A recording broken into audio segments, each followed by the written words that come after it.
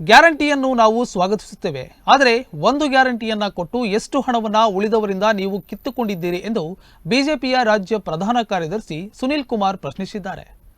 ಶಾಸಕ ಸುನಿಲ್ ಕುಮಾರ್ ಸಿದ್ದಾಪುರ ತಾಲೂಕಿನ ಕೋಲ್ಸಿರ್ಸಿಯಲ್ಲಿ ಬಿಜೆಪಿ ಪ್ರಚಾರ ಸಭೆಯಲ್ಲಿ ಮಾತನಾಡುತ್ತಾ ಭಾಗ್ಯಲಕ್ಷ್ಮಿ ಯೋಜನೆ ರದ್ದಾಯಿತು, ಮಕ್ಕಳಿಗೆ ಕೊಡುತ್ತಿದ್ದಂತಹ ಸೈಕಲ್ ಯೋಜನೆ ರದ್ದಾಯಿತು, ರೈತ ವಿದ್ಯಾನಿಧಿ ಕ್ಯಾನ್ಸಲ್ ಆಯಿತು, ವಿದ್ಯಾಶ್ರೀ ಯೋಜನೆ ಕ್ಯಾನ್ಸಲ್ ಆಯಿತು, ಹಾಲಿನ ರೇಟ್ ಜಾಸ್ತಿ ಆಯಿತು. ನಮ್ಮ ಸರ್ಕಾರದ ಅವಧಿಯಲ್ಲಿ 10,000 ಕೊಟ್ಟರೆ ರೈತರಿಗೆ ಉಚಿತ ವಿದ್ಯುತ್ ಸಂಪರ್ಕ ಸಿಗುತ್ತಿತ್ತು. ಈಗ ರೈತರ ಪಂಪ್ ಸೆಟ್ಟುಗಳಿಗೆ ಕನೆಕ್ಷನ್ ತೆಗೆದುಕೊಳ್ಳಬೇಕು ಎಂದರೆ 1.5 ಲಕ್ಷ ರೂಪಾಯಿಯನ್ನು ಆ ರೈತ ಕಟ್ಟುವಂತ ಪರಿಸ್ಥಿತಿಗೆ ತಂದಿಟ್ಟಿದ್ದಾರೆ ಎಂದು ಕಿಡಿಕಾರಿದ್ರು. ಮೋದಿಯವರ ಸಾವನ್ನ ಇವತ್ತು ಕಾಂಗ್ರೆಸ್ ಬಯಸುತ್ತೆ ಅಂತಂದ್ರೆ ಕಾಂಗ್ರೆಸ್ ಇವತ್ತು ವಿನಾಶಕಾಲ ಬಂದಿದೆ ಅನ್ನೋದನ್ನ ನಾವು ಅರ್ಥ ಮಾಡ್ಕೊಳ್ಬೇಕು. ಕಾಂಗ್ರೆಸ್ ಇವತ್ತು ತನ್ನ ಪ್ರಣಾಳಿಕೆಯಲ್ಲಿ ಹೇಳುತ್ತೆ ಅಂತಂದ್ರೆ ದೇಶದ ಪರಿಸ್ಥಿತಿ ಏನಾಗಬಹುದು.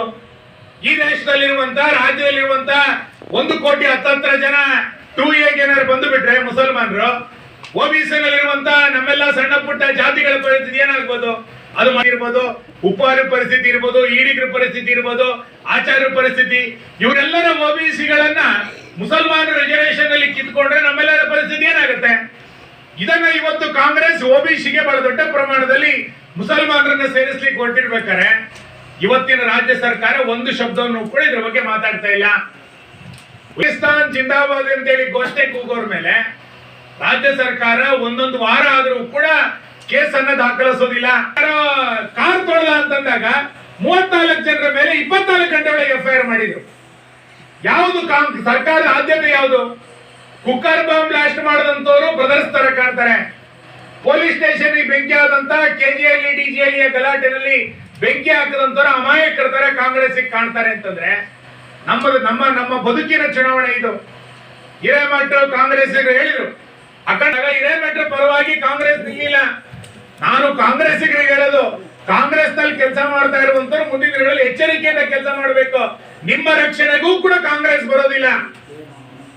ಇಂತಹ ಪರಿಸ್ಥಿತಿ ಇವತ್ತು ನಿರ್ಮಾಣ ಆಗಿರುವಂತ ಕಾಂಗ್ರೆಸ್ ಸರ್ಕಾರದ ಅವಧಿಯಲ್ಲಿ ಎಲ್ಲದರ ಬೆಲೆಯೂ ಗಗನಕ್ಕೇರಿದೆ. ಬಿಜೆಪಿ ಸರ್ಕಾರದ ಆಡಳಿತದಲ್ಲಿ ಇದ್ದಂತಹ ಸಾಕಷ್ಟು ಯೋಜನೆಗಳು ಈ ಸರ್ಕಾರದಲ್ಲಿ ಬಂದ್ ಆಗಿವೆ ಎಂದು ಆರೋಪಿಸಿದ್ರು.